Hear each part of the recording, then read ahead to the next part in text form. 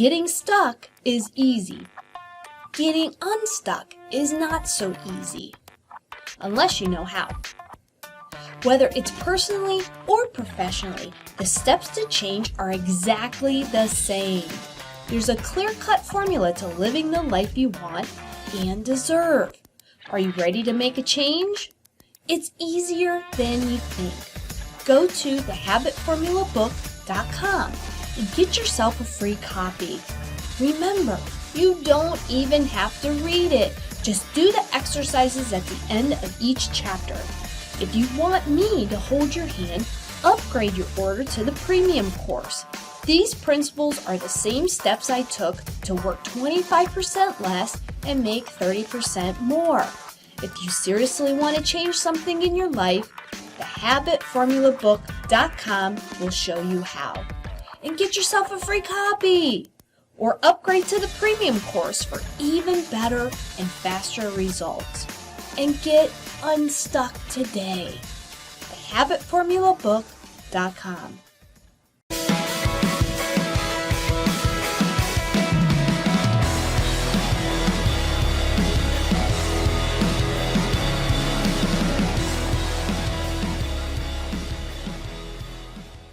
Hey everybody, you know what time it is. It's lunchtime with the Habit Master. I'm your host, Dr. Stephanie Aldrich, and I help people change their bad habits. When you change your habits, you change your life. Today is Tooth Tuesday, so we're in my neck of the woods. We're going to talk about dentistry today and how to keep your smile looking awesome. So yesterday we talked about bonding between you and your child, right? So I thought I'd keep on that same wavelength and talk about bonding your teeth today. Bonding as in composite, the tooth color fillings, the plastic stuff that we all can put on our teeth and make our smiles look better. They really can transform somebody's smile. So I'm going to do some crazy archaic drawing today, and we're going to talk about pros and cons to bonding, and things that you can consider as a consumer of what you're dealing with when it's time for you yourself to maybe go in for a filling. The pros and cons of having a bonded composite filling, and what to look for, what to talk to your dentist about, and so forth. Before I get started, make sure you grab yourself a free copy. It's called The Habit Formula. Go to thehabitformulabook.com, grab yourself a free copy. What it's going to do at the end of each chapter, it's going to start making you think of the goals that you want to set for yourself at 2020, which is coming up very, very quickly. And it's going to get you so that when January 1st comes, you're already rolling. You're already taking action towards whatever goals you set for yourself, both professionally and personally. Don't forget personally too. It's not about, just making all the money in the world. It's about being healthy too. It's about having enough time to travel, to work on your hobbies, or, things that you've always wanted to do with yourself. For me, it's about writing. It's about creating different products. It's about sharing with people my own experience and what has made me successful, what has made me not successful in certain things, so that you can kind of get a heads up on things. So you're not trying to figure all this out by yourself. So, grab yourself a free copy. It's free. There's only one reason why you wouldn't grab yourself a free copy. And the reason is you would never use it. Well, that's a pretty poor mindset to have, especially if you have children or family or a spouse, especially if you're involved in a community, especially if you're involved with your church, or you're involved with some kind of team at work. What kind of influence are you being when you have that kind of attitude? So I feel sorry for you if you're like, I'll never use that. Well, don't you want to be better in life? I mean, that's everyone's purpose is to have increase, whether it's professionally or personally. Don't you want to be a better person? And I'm not talking about, being a triathlete or, having a godzillion, amount of money or anything like that. But don't you want to improve I think it's pretty sad if you say, oh, I'll never use it. Yeah, you probably won't ever use it, and you'll be the first one to complain that, you know, everyone else is doing it to you. You're playing the victim to your circumstance. Well, guess what? By using the tools in this free book, the reason why I made it free is because I want everybody to have a copy of it. I want them to be able to use the tools in that. I could charge $50 and, you know, it's worth a lot more than that. It's made me probably $1 million this past year with all the things that I've been starting to do, laying the seeds, watching things grow. What can it do for you? So grab yourself a free copy. Also, if you want to have a reference point for your dental health, you know, maybe your mom just got teeth taken out and her dentures are flopping, or maybe you yourself have missing teeth and you're like, God, I don't even know what to do. I don't even know where to start. How much is it going to cost me? Whatever. Grab yourself a free copy. It's called Nothing But the Tooth, 11 Questions You Should Ask Your Dentist. Go to akrondentalconcepts.com and download a free copy, and it'll help you. It's more of a reference book than a read, but I cover a ton of questions that I'm asked every day in my office. So today we are talking about bonding, which is another word for composite plastic fillings. So, you know, what is it? It's just plastic. Okay? So, think of what plastic is. So you have compressive strength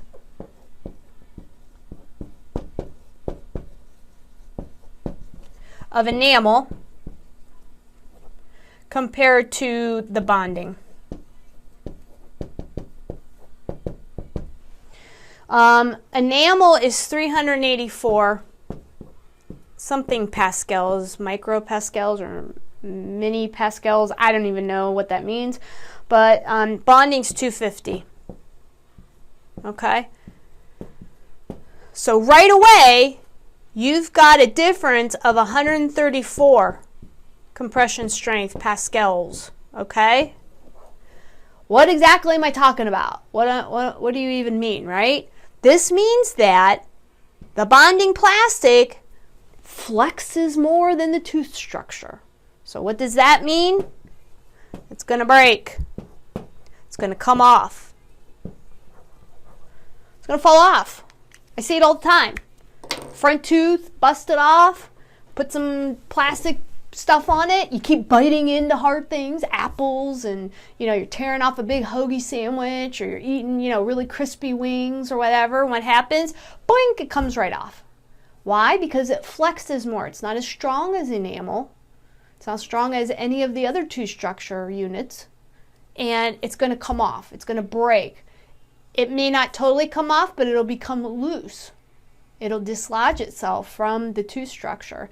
And I see it happen all the time. Pretty much every day I'm fixing stuff. And I even warn the person, and we're going to kind of go over some things that you can think about if you need a composite filling to avoid it coming off or coming loose or breaking in the future. But, you can't do that stuff.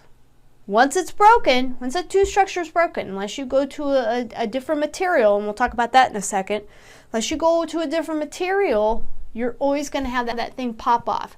The hardest ones to fix are in the front, either front top or front lower, and they're right on the edge of the tooth structure. Okay? So you got to think about these things. What are you putting your money into? Now, of course, you got to think of what we dentists are dealing with here. Okay? They don't make filling material out of bone. What is a tooth? It's bone, right?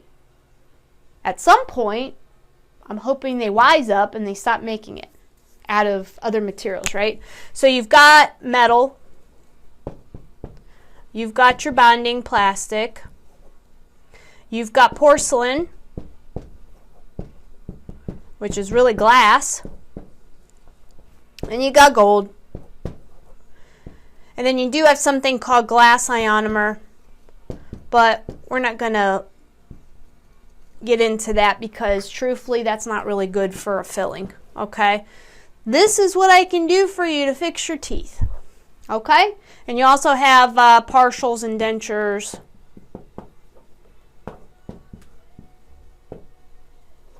Which is plastic again. They don't really make porcelain teeth too much anymore. They're too expensive. And then you got implants, which are titanium. Surgical titanium. Okay? Do I see bone anywhere? Do I see anything remotely on this list that equals the strength or adaptability or anything that's like bone, that's like your tooth structure, right? The answer is no. I don't have anything to give you or to fix you up when you consistently, eat crunchy foods, you're chewing ice, you are wrestling, you are playing crazy sports where things are coming at your head, where you're fighting, where you're tripping and falling. Of course, that's not your fault. But, there's only so much that I can do. As I tell people all the time, I'm not the dental Jesus. Not dental Jesus. I can't miraculously fix your tooth structure with tooth structure and make it look just like it did before you broke it. Okay?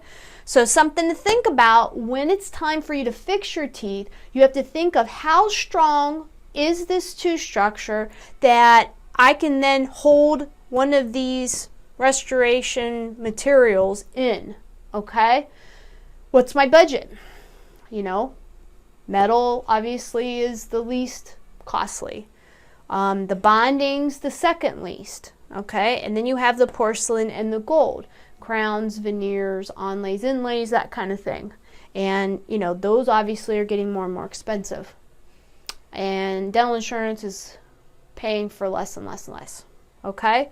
So something to think about when you go and you eat those wonderful kettle chips that you like, or chew your ice, popcorn kernels, whatever it is, your whole almonds, whatever it is that you're eating, this can definitely make you think about maybe not doing that, because there's only so much that I can do before you either lose the tooth, need a root canal, need an implant, whatever.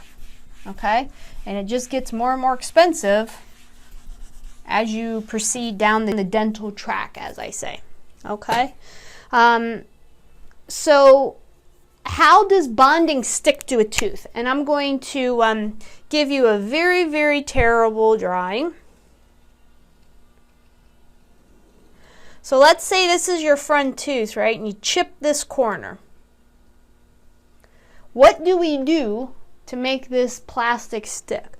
Well, we put a little bit of etch on this tooth, okay?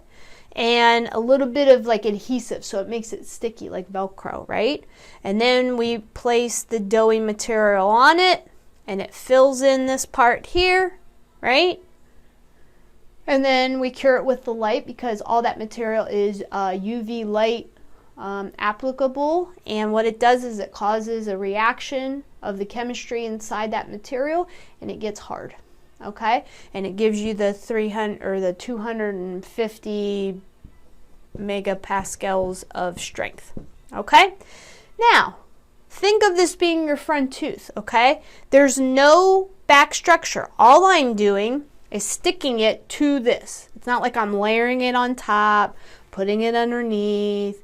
I'm actually just sticking it to the side of it. How strong do you think that plastic is if I'm just sticking it to the side? Okay? Not very strong at all. So if you do end up chipping one of those front teeth, either bottom or upper, doesn't matter.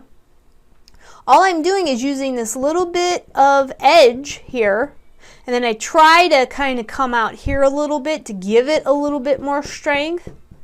Okay, and that's why sometimes you'll see a little bit of a hump there because I'm trying to grab a hold of something other than this really thin edge here to stick that composite on there. Okay, now how the bonding works is think of, so you have, and I'm going to draw again very poorly, you've got two layers to the tooth. So this is the pulp. You've got enamel here. And that's the hard stuff. Very difficult to bond to that, okay? A lot of times we have to really scuff that up because it's the the pores aren't very big in there for us to be, attaching to. But the second layer here is called dentin. And that's usually a lot better to try to put a filling on than it is enamel, okay? Because what dentin looks like is a bunch of tubules. So think of Swiss cheese, okay? But it actually has little tubules. And there's a little bit of liquid in those tubules. When you have hot and cold and you have a little wear down at the gum line and you breathe in, you're like, oh, I feel that. Why? Because these tubules then are looking right at you, and what you're doing is the liquid in here is contracting and expanding, and it's real close to the nerve here, so that's why you're like, oh, I feel it, right? What we're doing in bonding is we're actually trying to Velcro and adhere to these little holes. So what we're doing is we're basically cleaning this out a little bit with the etch and with the adhesive. So it's just part way into the tubule. So we're cleaning, and then we're grabbing a hold of that and putting our bonding on there. And that helps to hold it in. So it almost looks like this when you put it under the scanning microscope. It adheres to just like a Velcro, right? But the problem is these little tubules are so tiny, they're microscopic, okay? And they're kind of spread out that all you have to do is flex this somehow and it can totally, just like Velcro, blink, just come right away, okay? Then you're going to be feeling it because all this stuff is exposed now to your mouth, to the environment, to foods, to water, to temperature changes. And then you're really going to feel the sensitivity, right? It needs to be covered up. Also, the bacteria in your mouth says, hey, there's a weak zone here. I'm going to go and mess with this. And you'll get decay out. I mean, it'll just bomb out, and then you'll have an issue. You'll either have to take the tooth out or have a root canal done, okay? Because we're getting close to the nerve. So that's how bonding works, right? So we're cleaning out these little tubules, creating them to be sticky, just like Velcro, and then we're sticking it on. So, I only have a little bit of material here when it's broken right at the edge, okay? Now, let's say you have a big molar. And of course I'm looking at the molar down, like you're gonna, like this, right? So, you've got a ton of tooth structure here that you can put a filling on, okay? But the problem is, what is this? This is your biting surface, right? So that structure can then bow a little bit, snap back, snap back, snap back. Sometimes it goes and then it dislodges, goes and dislodges, right? And then all of a sudden you're like, wait a minute, I'm feeling sensitivity on that filling. Why? Because it's detached. Maybe it hasn't come out yet. Maybe it's only detached here or on this side, right? Or all the way around, but the bottom part's still attached, but the top part's saying, hey, the lid is partly open, right? So something to think about for anyone that grinds their teeth, for anyone that eats a lot of crunchy things, and you know who you are because I see you all the time.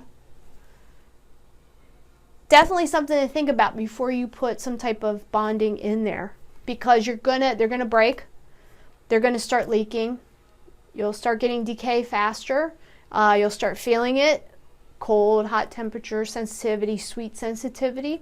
They're not going to keep their seal, okay? So before you go putting money into bonding, it's wonderful, it looks great, it matches the tooth structure. The problem with it is that it's very hard to put them in.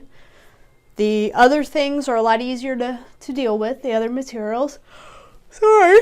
And B, they cost more because they're harder to put in and they don't last. And insurance usually will downgrade them to the cost of a silver filling, and you end up paying more because they know that from all the research that everybody has done, the American Dental Association, etc., and all of the composite companies, most dental composites on a back molar will not last more than 5 years. And usually the length is 3 to 5 years. So when your dentist says, hey, we got to replace this thing, don't be surprised, because they don't last as long, right? So you have other materials that you could use. You could crown it, you can put the silver in, you could put gold in, or here you go, bonding. So you are limited in your choices, but there are other choices out there that will last longer if A, you hate the dentist, B, you hate getting numb, C, you don't want to keep putting money into it, because insurance will only cover it for so long. If it's within that 3 to 5 year period, they may not cover it. And your dentist definitely isn't going to keep doing things for free just because you are a crunch fiend or you grind your teeth. They've asked you to, or suggested to you, to get some type of bite guard and you refuse to do it. Well, then it's going to be coming out of your pocket and you're going to be spending some time with your dentist because it's never going to last, right? So what are some ways to prevent things from breaking?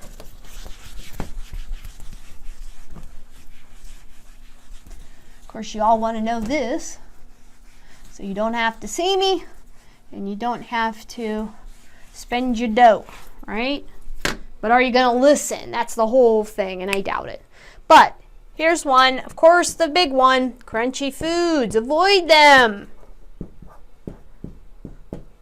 Had a lady today. She had, I think, 5 broken fillings, and the one was really getting worn down. And I said, what are you eating? And she's like, oh, I like to chew ice. Freaking stop it. It's going to cost her. She needs a crown. She needs a bunch of fillings. It's going to cost her $2,000-$3,000, and insurance isn't going to cover all that. Couple grand because she likes to chew ice. It's like, get a different hobby. Do something different that's not going to hurt your teeth, right? And she was just like, beyond herself that, this stuff was broken. And I'm like, look, you got plastic, you've worn your teeth down, you won't get a bite guard, and you're chewing ice.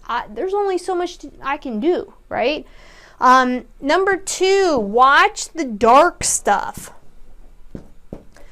Something that happens with composites all the time is that outer edge you start seeing where the tooth structure meets the filling. You see that interface because that's where the weakest part of the filling is, and that's exactly where stain goes. So you love the red wine, you drink a pot of coffee every day, you're hogging down Diet Cokes over lunchtime. That stain is going to build up, or hot tea. I mean, iced tea is terrible too, just like coffee. You're going to start seeing stains. On the front teeth, sometimes we can buff them out, but if it's in that crevice,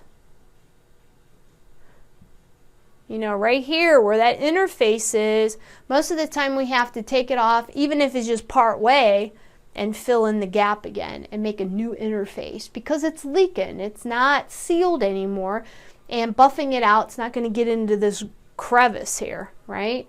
So, you got to really make sure that you stay on top of your whitening protocol. Whatever you and your dentist has discussed, use some of the whitening products that are on the market, but also you don't want to use those every day. Because that, as I've said numerous times on different shows, that's a weak acid. It can damage the enamel, it can damage the gum structure, and it can really cause havoc on your mouth. So you don't want to be using that every day, but you want to be strategic. So whitening definitely helps with the dark stuff. Make sure that you talk with your dentist about protocols and what you can do to get rid of that dark stain. Also, another thing is brushing too hard.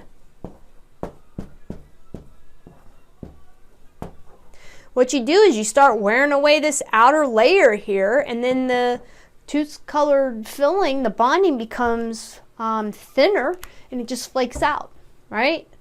A lot of times when people brush too hard at the gum lines, they start getting that recession and that wear. They start having sensitivity with temperature. A lot of times we put tooth-colored fillings there, almost acting like a coat or a sweater, so that they don't feel the changes of temperature. That food doesn't bother it, sweets doesn't bother it. But what happens? Usually over time, how did they get the recession to begin with? They were brushing too hard. So over time, what happens to my fillings? They get worn out, They get too thin and boom, they just fall out, right? Oh, it just fell out. I don't know what happened. You're brushing too hard. That's what happens. And then it knocks against that edge and it wears it away and it pops out. So definitely be careful with brushing too hard, especially if you have a rotary toothbrush. Let it just sit on there, make it go real light, and keep things moving, okay? Don't, okay? Just be gentle with it. Number 4, and this is a big one. It's too big. The rule of thumb is if it's 1/3 of the tooth missing,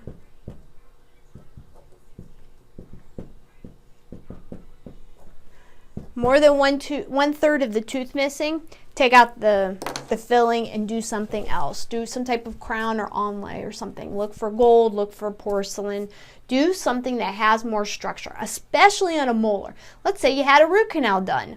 You don't want to just put a tooth color filling in. It will never last and it will become reinfected. It might take 5 years to do it, but it'll totally wreak havoc on that tooth, and you can get decay out down inside of the tooth, bombing the tooth out, causing the tooth to need to be taken out. I've seen it, and I never recommend doing any tooth, especially with a root canal and especially a molar, unless you cover it with some type of hard material like gold or your porcelain crowns. Okay, so if the tooth structure is too big, get rid of just a wimpy plastic filling and do what needs to be done, which is a crown or some type of onlay or something that's a lot harder. Okay, so that's it for me today. I hope this gave you a little insight on bonding and plastic fillings, so the next time you have an issue that you need replaced, you need fixed, that you're armed, you're educated, you know, hey, this material is what I want. I know it has limitations, but this is how I want to fix it. And then you can, jump in and get things fixed the way you want it, and you know what the expectations are, so you're not surprised by anything, okay? Make sure that you catch us on my YouTube channel and Instagram. It's called the Habit Master channel. Make sure you follow and subscribe and watch all the crazy videos that I've got on there. Also, if you listen to podcasts and want to listen to these episodes, but you don't necessarily want to watch them because you're in your car or you're jogging or exercising or something, go to iTunes or Spotify and upload Lunchtime with the Habit Master shows so you don't miss anything. And that's it for me today. Thanks for watching, and let's build good habits together.